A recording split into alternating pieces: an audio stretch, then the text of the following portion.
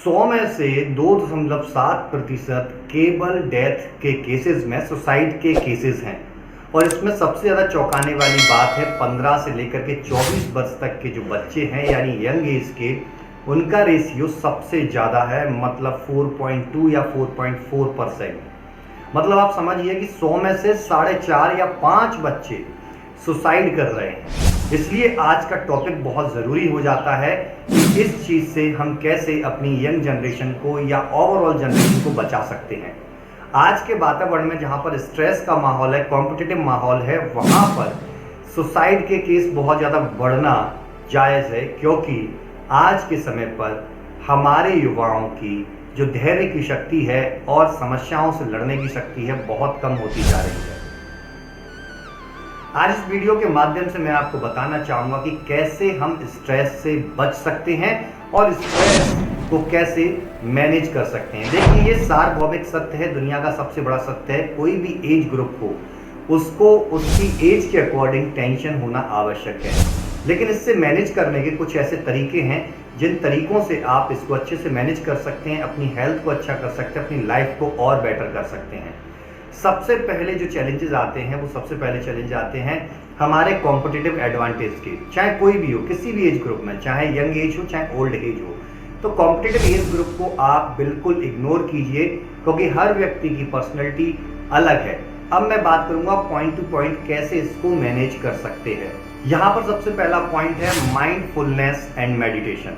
जी हाँ, जब स्ट्रेस हमारे ब्रेन से शुरू होती है, हमारे माइंड से, हमारे विचारों से शुरू होती है, तो क्यों ना यहीं से इसकी शुरुआत की जा सके। इसके लिए आप मेडिटेशन कर सकते हैं, और मेडिटेशन के लिए कोई बड़ी चीज़ करने की आवश्यकता नहीं है। एकांत जगह पर बैठ करके आंख बंद करके आपको अपनी ब्रीदिंग पर फोकस करना है। डीप ब्रीदिंग लेनी है, ना कि shallow breathing. Deep breathing means आप गहरी सांस लेंगे कि आपके पेट तक जाए, आपका पेट फूले। इस प्रकार से गहरी सांस लेनी है, थोड़ी देर होल्ड करनी है और उसको रिलीज करना है। इस दौरान अपनी सांसों पर ध्यान रखें। जो व्यक्ति सांसों को ध्यान नहीं कर सकते वो सांसों को काउंट कर सकते हैं। यदि काउंट भी नहीं कर सकते तो उस चीज को इमेजिन करें जैसी आप अपनी जिंदगी में चाहते हैं, यानी उस समस्या से हटने के बाद आप कैसी लाइफ चाहते हैं उसको इमेजिनेशन करें। दूसरा होता है कि आप एक्सरसाइज को ज़्यादा प्रमोट करें। देखिए, ये रिसर्च में पाया गया है कि हमारा हैप्पी हार्मोन, जिन्हें एंडोर्फिन बोलते हैं, वो एक्सरसाइज के दौरान बहुत ज़्यादा निकलते हैं।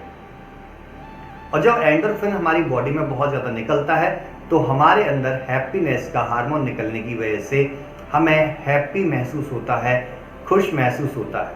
थर्ड आप चीज़ जो कर सकते हैं, इसमें सबसे ज़्यादा इंपॉर्टेंट है, वो है जर्नलिंग। जर्नलिंग मतलब आपके दिमाग में जो भी विचार आ रहे हैं, जो भी कचरा आ रहा है, उसको उठा करके आप लिखना शुरू कीजिए।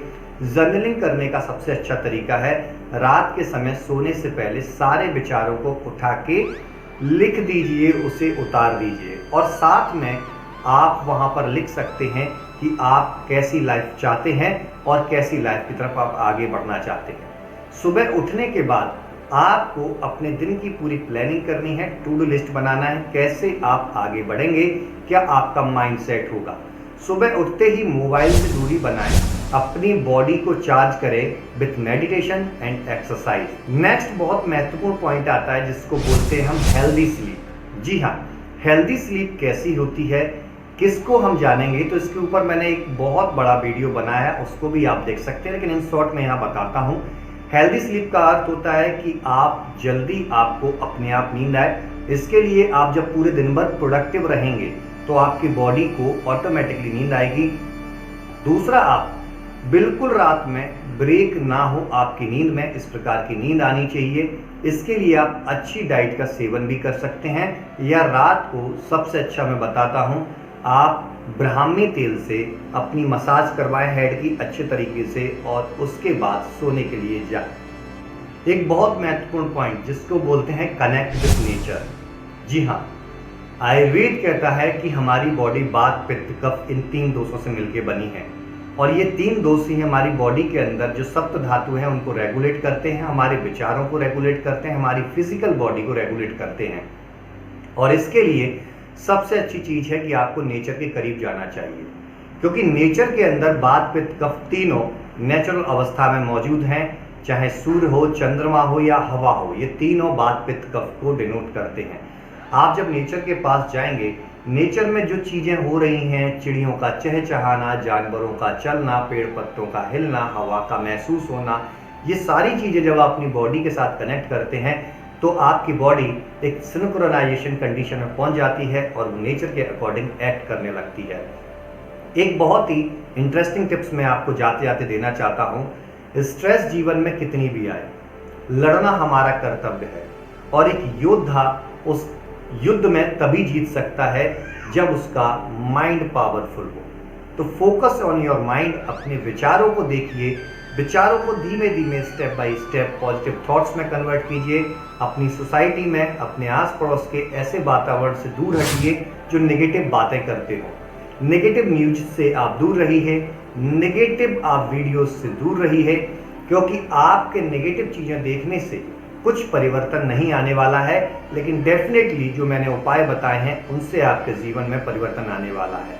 यदि आप गाइडेड मेडिटेशन सीखना चाहते हैं या स्ट्रेस मैनेजमेंट टेक्निक सीखना चाहते हैं तो आप स्क्रीन पर दिए जा रहे नंबर पर मैसेज करके हमारे फ्री सेमिनार को ज्वाइन कर सकते हैं, जो कि ऑनलाइन रहेगा। मैं डॉक्टर शैलेंद्र शर्मा आपसे विदा लेता हूं, तब तक के लिए धन्यवाद।